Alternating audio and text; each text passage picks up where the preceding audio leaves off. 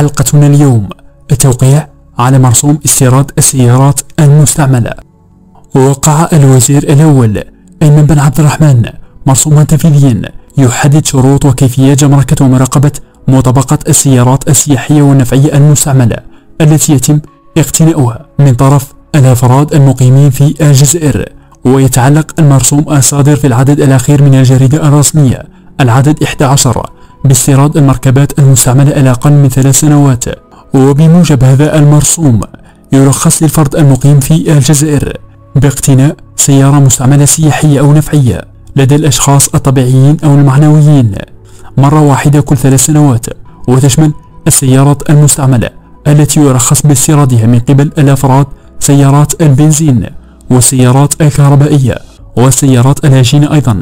ويشترط القانون أن تكون السيارات المستعملة المستوردة في حالة جيدة للسير، خالية من أي عيوب كبيرة أو فادحة، متوافقة مع المقتضيات التنظيمية في المجال الأمني والبيئي ومع معايير المصنع.